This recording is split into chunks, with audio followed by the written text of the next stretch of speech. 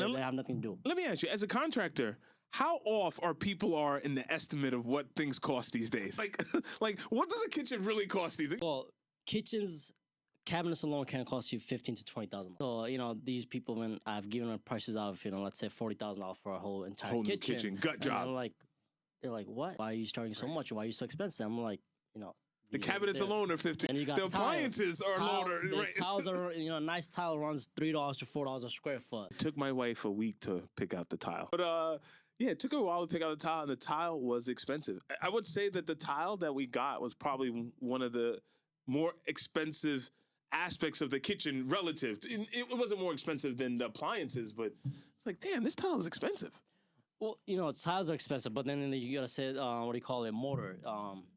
That's right. It's $30 a nice at Home Depot right now. Are there different grades of mortar? Yes.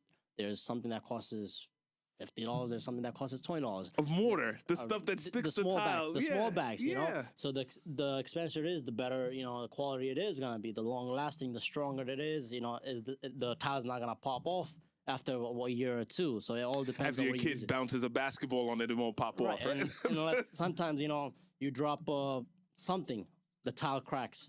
All in those matters. So the mortar makes a difference in the longevity of your tile. But it also depends on how the contractors are installing it. They're leaving hollow. They're just throwing, taking a spatula and throwing four corners and sticking a tile. You're leaving the tile hollow in the middle, and it's gonna crack it. You gotta So the quality of the workmanship.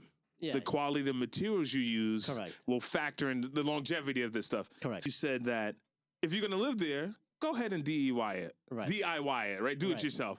But if you're doing it to resell, you're doing yourself a huge disservice.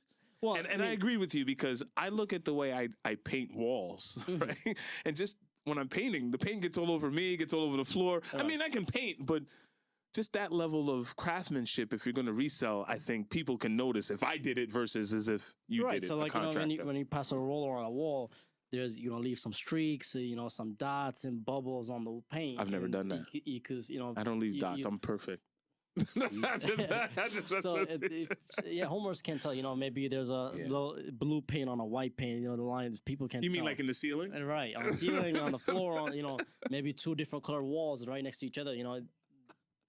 You sound like you've been at my house today. So I tell you one tool that I got. I'm a DIY, and I got a paint sprayer. And every time I use it, my wife cringes because she knows that I'm going to get paint splatter. Because it splatters, right? Or it sprays. No, it goes in the air as well. It goes in the air. That's exactly it. It goes in the air.